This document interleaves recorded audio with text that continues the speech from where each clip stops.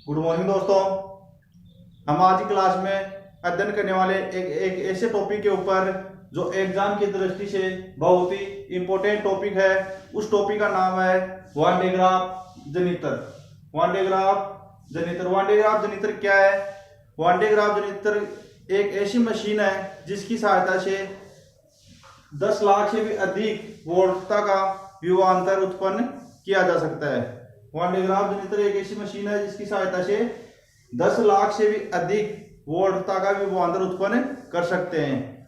इसका नाम वान de graph, इस मशीन का नाम वान डे ग्राफ जनित्री क्यों रखा? इस मशीन का नाम वान डे ग्राफ जनित्री क्यों रखा दोस्तों? क्योंकि एक वैज्ञानिक था जिसका नाम था वान डे ग्राफ। इसने इस मशीन का निर्माण किया तो उसने अपने नाम के ऊपर इस मशीन का नाम रख दिया। तो वान डे ग्राफ जनित्र क्या है? वान डे ग्राफ जनित्र एक ऐसी मशीन है जिसकी सहायता से 10 लाख वोल्ट से भी अधिक विभवांतर उत्पन्न किया जा सकता है। वान डे ग्राफ जनित्र कहलाता है। अब आपको एग्जाम में पूछ सकता है दोस्तों, वान डे ग्राफ जनित्र क्या है, इसके सिद्धांत को समझाइए। तो अब इसका वान डे ग्राफ जनित्र क्या है इसके बारे में तो हम लिख देंगे, वान डे ग्राफ जनित्र एक ऐसी मशीन है जिसकी सहायता से 10 लाख से भी अधिक वोल्टता का विभवांतर उत्पन्न किया जा सकता है। अब इसका सिद्धांत देखते हैं हम, वान डे ग्राफ जनित्र का सिद्धांत क्या होता है।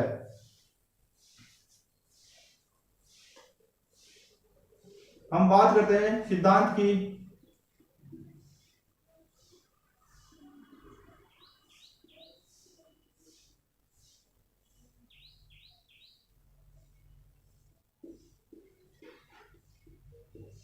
वान डे ग्राफ जनित्र का सिद्धांत, तो हम इस वान डे ग्राफ जनित्र के सिद्धांत में क्या करेंगे दोस्तों, हम दो चालक गोले लेंगे और उनके ऊपर हम विभव ज्ञात करेंगे, कौन से गोले के ऊपर विभव अधिक होगा। तो हम दो गोले लेते हैं। सबसे पहले ये एक चालक गोला है ए, जिसकी त्रिज्या है स्मॉल आर और इसके ऊपर आवेश है प्लस स्मॉल क्यू। अब एक बाहरी गोले कोस ओ लेते हैं हम, एक बाहरी गोले कोस ओ लेते हैं हम।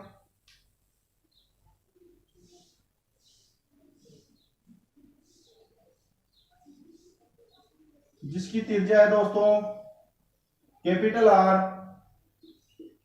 और आवेश है कैपिटल क्यू आवेश। अब ये आवेश इसके पृष्ठ के ऊपर एक समान रूप से वितरित रहता है। ये बात हमारे को पहले से पता है कि आवेश हमेशा पृष्ठ के ऊपर एक समान रूप से वितरित रहता है।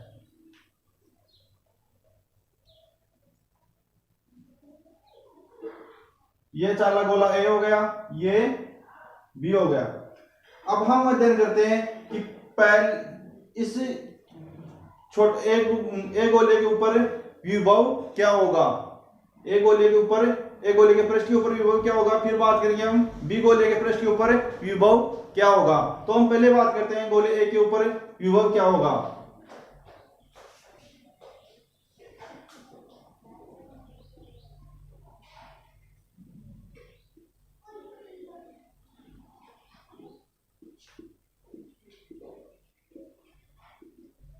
गोले ए पर विभव या गोले ए के पृष्ठ पर विभव we a equal to,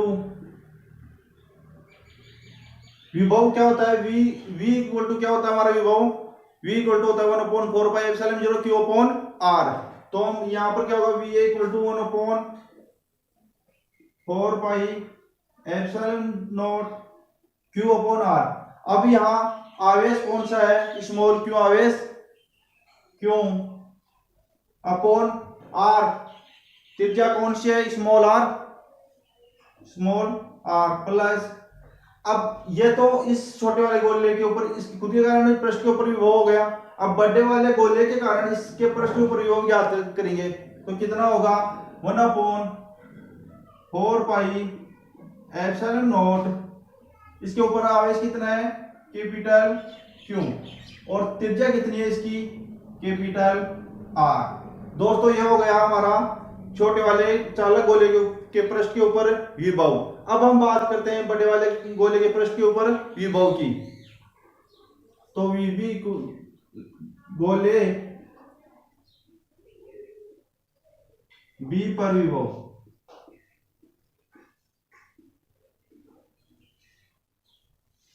we b equal to 1/4 pi epsilon naught. अब बी गोला कौन सा है, बड़े वाला बाहर वाला, तो इसकी पृष्ठ के ऊपर हम विभव याद करेंगे। तो यहाँ आवेश की कौन सा है, कैपिटल क्यू आवेश, और इसकी त्रिज्या कितनी है, कैपिटल आर। तो capital q upon capital are. अब इसके पृष्ठ के ऊपर इस गोले के कारण भी विभव लगेगा, छोटे वाले गोले के कारण। तो इसके ऊपर आवेश कितना है, स्मॉल क्यू। तो 1/4 pi epsilon naught small q upon, अब त्रिज्या कितनी है, जितनी इसकी थी उतनी इसकी है त्रिज्या, कैपिटल।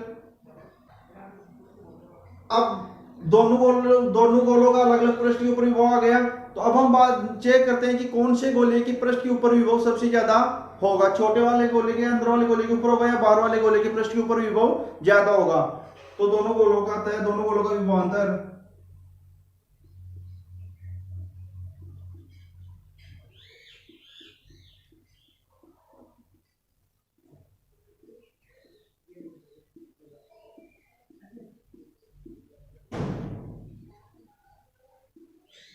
अतः दोनों गोलों का विभवांतर कितना होगा, वी ए माइनस वी बी।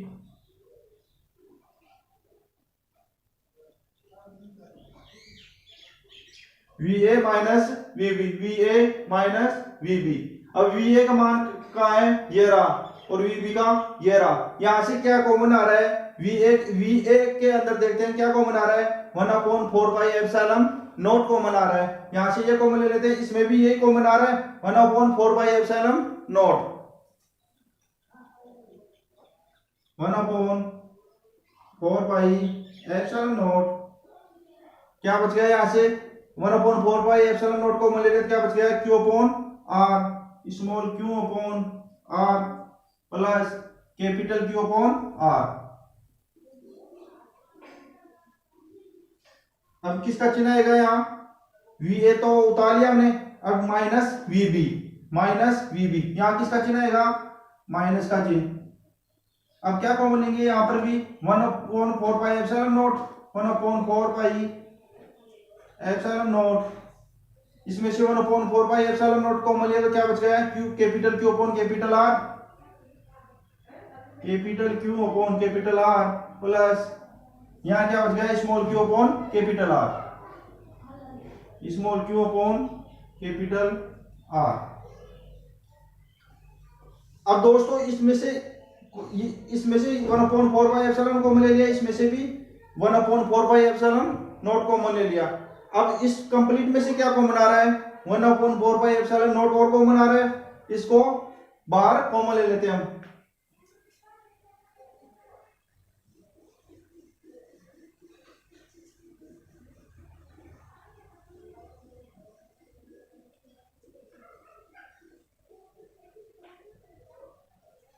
तो दोस्तों देखो, v A minus v b equal to 1/4 pi epsilon naught, ये कॉमन ले लिया हमने बाहर, तो यहाँ ये कंप्लीट एक जगह आ जाएगा, q upon r plus capital q upon r minus, अब ये माइनस का चिन्ह है, इस कोष्टक के अंदर जाके गुणा हो जाएगा, तो ये प्लस का है capital q upon capital are, तो ये किसका हो जाएगा, माइनस का। और ये भी किसका है, small q upon capital are plus का, अंदर जाके ये माइनस से गुणा होगा, किसका हो जाएगा, माइनस का, minus capital q upon capital are minus small q upon capital are. अब इसमें से जो कट रहा है उसको काट देते हैं, कि प्लस का capital q upon capital r से माइनस का capital q upon capital r cancel, क्या बचा अंदर, v A minus v b equal to 1/4 pi epsilon naught q upon r minus small q upon capital r. क्या बचा दोस्तों हमारा, v A minus v b equal to 1/4 pi epsilon naught small q upon small r minus small q upon capital r. ये क्या आ गया हमारा गोलों के ऊपर विभवांतर। अब हम देखिए कौन, इससे क्या पता चल रहा है कि कौन से गोले के ऊपर विभव ज्यादा होगा।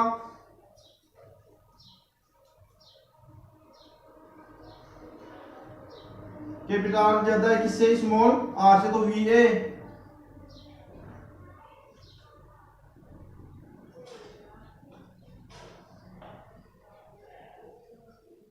किसका, ए गोले का विभव, ए गोले के ऊपर विभव का मान ज्यादा होगा। किस कौन से गोले के ऊपर, ए गोले के ऊपर विभव का मान ज्यादा होगा और बी गोले के ऊपर विभव का मान क्या होगा, कम होगा।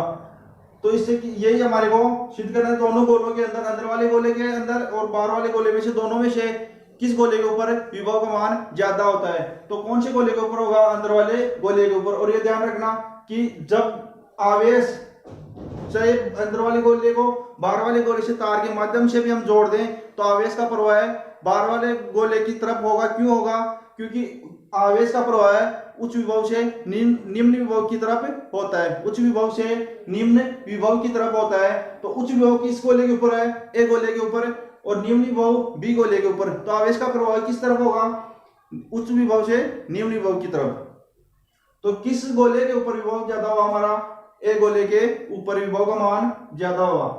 यह हो गया हमारा वन डे ग्राफ जनित्र का सिद्धांत। क्या किया हमने, वन डे ग्राफ जनित्र के सिद्धांत के अंदर दो गोले लिए, दो चालक गोले लिए, एक गोला ए गोला बी। दोनों गोलों की त्रिज्या ले ली हमने स्मॉल आर कैपिटल आर। दोनों गोलों का विभव लिया, फिर विभव निकालने के बाद में हमने किया दोनों गोलों का विभवांतर निकालेंगे। तो वी ए माइनस वीबी, वी ए माइनस वीबी। और आगे की हमने निकाल लिया कि किस गोले के ऊपर विभव का मान ज्यादा। तो ये यहां से सिद्ध हुआ कि किस गोले के ऊपर विभव का मान ज्यादा हुआ, अंदर वाले गोले के अंदर विभव का मान ज्यादा हुआ। अब हम बात करते हैं वन डे ग्राफ जनित्र का, ये सिद्धांत हो गया। हम बात करते हैं वन डे ग्राफ जनित्र की रचना एवं कार्यविधि के बारे में।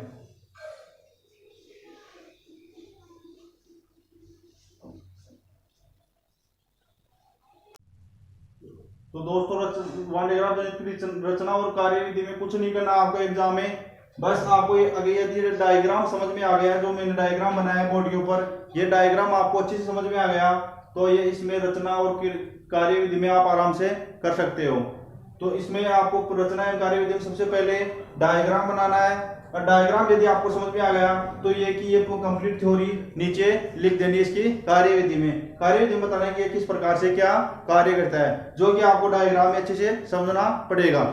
क्या इस डायग्राम में क्या है कि हम सबसे पहले क्या लेते हैं, हम एक भूसंपर्कित धातु का आधार लेते हैं। भूसंपर्कित एक धातु का आधार लेते हैं जिसके ऊपर क्या है, एक विद्युत रोधी स्तंभ लगाते हैं, एक विद्युत रोधी स्तंभ लगाते हैं। क्यों, जिसके ऊपर ये विद्युत रोधी स्तंभ क्या काम करता है, ये विशाल चालक गोलीय कोष को, ये विशाल एक चालक गोलीय कोष को एक जगह पर रखने का काम करता है। ये किसका भार संभाल रहा है, विद्युत रोधी स्तंभ, एक विशाल चालक गोलीय कोष का।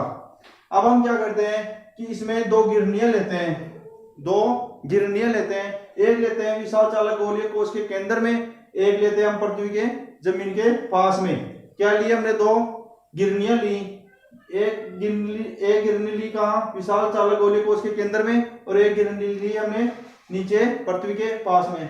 ये गिरनी मोटर चलित गिरनी है, मोटर के द्वारा घूमने वाली गिरनी है। मोटर से ये गिरनी घूमती रहती है। और फिर क्या करते हैं हम, विद्युत रोधी पट्टा लेते हैं जो दोनों गिरनियों के ऊपर लिपटा हुआ है। एक विद्युत रोधी पट्टा लेते हैं जो कि दोनों गिरनियों के ऊपर लिपटा हुआ है। ये पट्टा क्या काम कर रहा है, ये पट्टा क्या काम करेगा, ये पट्टा जब ये विद्युत रोधी, ये मोटर चलित गिरनी है ना, ये जब घूमेगी, ये मोटर चलित जो गिरनी है ये घूमेगी, जब ये घूमेगी तो ये पट्टा भी इसके साथ साथ घूर्णन करेगा। तो घूर्णन करेगा तो ये जब ये पट्टा इस प्रकार से ये घूमेगा तो ये यहाँ से ये पट्टा क्या काम करेगा, ये पट्टा यहाँ से क्या लेगा, धातु ब्रूस से जिस स्रोत से क्या लेगा, आवेश लेगा। इस स्रोत से यहाँ से आवेश लेगा और आवेश लेके इन आवेशों को अपने साथ ऊपर लेके जाएगा। जो विद्युत रोधी पट्टा है इन आवेशों को अपने साथ ऊपर लेके जाएगा। इस प्रकार तो घूम रहा है ये पट्टा हमारा, तो ये इन आवेशों को क्या करेगा, ऊपर लेके जाएगा। तो यहाँ पर ये क्या लगा हुआ है, धात्विक ब्रुश लगा हुआ है। कहाँ, एक इस विशाल जो गोले कोष था इसके अंदर एक क्या लगा हुआ है, धात्विक ब्रश लगा हुआ है। इसका क्या काम है, इन आवेशों को इस गोले कोष के ऊपर भेजने का। इन आवेशों को ये इस गिरनी से, इस पट्टे से टच हुआ है ये ब्रश, तो ये देखो यहाँ से टच हुआ हो, तो ये जब ये ब्रश है विद्युत रोधी पट्टा जो ये, सॉरी ब्रश नहीं, जो विद्युत रोधी पट्टा है जो आवेश लेके जा रहा है, तो ये इससे क्या टच हो रहा है, ये ब्रश टच हो रहा है। जब ये पट्टा आवेश लेके जा रहा है तो ये ब्रश क्या करेगा, इन आवेशों को रोकने का काम करेगा। तो ये देखो यहाँ से ये पट्टा आवेशों को लेके ऊपर जा रहा था, यहाँ पर ये पट्टा, ये जो ब्रश लगा हुआ था इन आवेशों को रोक लिया और इन आवेशों को कहाँ भेज रहा है, इस विशाल गोलीय कोष के ऊपर भेज रहा है। तो ये इस ब्रश का क्या काम हुआ, इन आवेशों को इस विशाल गोलीय कोष के ऊपर भेजने का। तो इस प्रकार से ये चक्कर चलता रहेगा, ये पट्टा घूमता रहेगा, यहाँ से आवेश लेता रहेगा और ऊपर जाके इस ब्रश को देगा। ये ब्रश कहाँ भेजेगा, इन आवेशों को इस चालक विशाल गोलीय कोष को देगा, जिसके ऊपर इस विशाल चालक गोलीय के ऊपर विभव का मान क्या हो जाएगा, बहुत ही ज्यादा हो जाएगा। जिसके कारण इसके ऊपर विभव का मान क्या हो जाएगा, बहुत ही ज्यादा हो जाएगा। तो इस आप और इस वान डे ग्राफ यंत्र की रचना और कार्यविधि में कुछ नहीं करना, ये डायग्राम समझने का है बस। यदि आपको ये डायग्राम अच्छे समझ में आ गया तो आप नीचे सबसे पहले लिख देना, हम सबसे पहले भूसंपर्कित धातु का एक आधार लेते हैं जिसके ऊपर विद्युत रोधी स्तंभ रखते हैं, और ये विद्युत रोधी स्तंभ एक विशाल चालक गोलीय कोष को संभाले रखने का काम करते हैं, जिसके ऊपरी सिरे पर एक विशाल गोलीय कोष रखते हैं और इसके अंदर दो गिरनियां लगी हुई होती है, एक तो विशाल गोलीय कोष के अंदर और एक पृथ्वी के पास में। अब हम क्या करते हैं, इन दोनों, एक नीचे वाली जो गिरनी है वो मोटर चलित गिरनी है और इन दोनों गिरनियों से एक विद्युत रोधी पट्टा जोड़ते हैं जो कि आवेशों को नीचे से ऊपर ले जाने का काम करता है। अब एक और फिर आगे लिखेंगे हम, धात्विक विशाल गोलीय कोष के अंदर एक क्या लगा हुआ है, धात्विक ब्रश लगा हुआ है इस प्रकार से। और जो धात्विक ब्रश का काम करता है इसके बारे में भी हम लिख देंगे। धात्विक ब्रश है जो इस विद्युत रोधी पट्टे से आवेश लेके इस विशाल गोलीय कोष को देने का कार्य करता है, जिसके कारण इस विशाल गोलीय कोष के ऊपर विभव का मान बहुत ही ज्यादा बढ़ जाता है। यह हो गया हमारा रचना और कार्यविधि। अब इसके लिए वो वान डे ग्राफ, इसके उपयोग क्या कहाँ होता है। एक उपयोग तो सबसे पहले देखा कि इस मशीन का उपयोग कहाँ होता है, बहुत अधिक उच्च विभवांतर का वो उत्पन्न करने में, 10 लाख से भी अधिक विभवांतर उत्पन्न करने में किया जाता है। तो उपयोग में लिखना आप,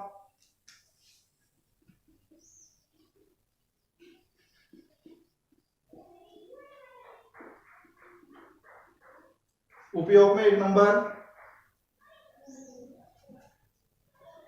अति उच्च विभवांतर उत्पन्न करने में, अति उच्च विभवांतर उत्पन्न करने में 2 नंबर लगाओ। नाभिकीय विखंडन में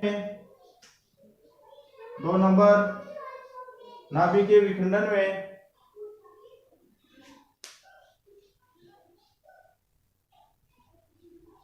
3 नंबर लगाओ।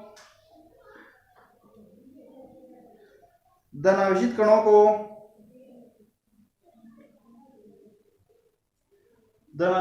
को अति उच्च वेग तक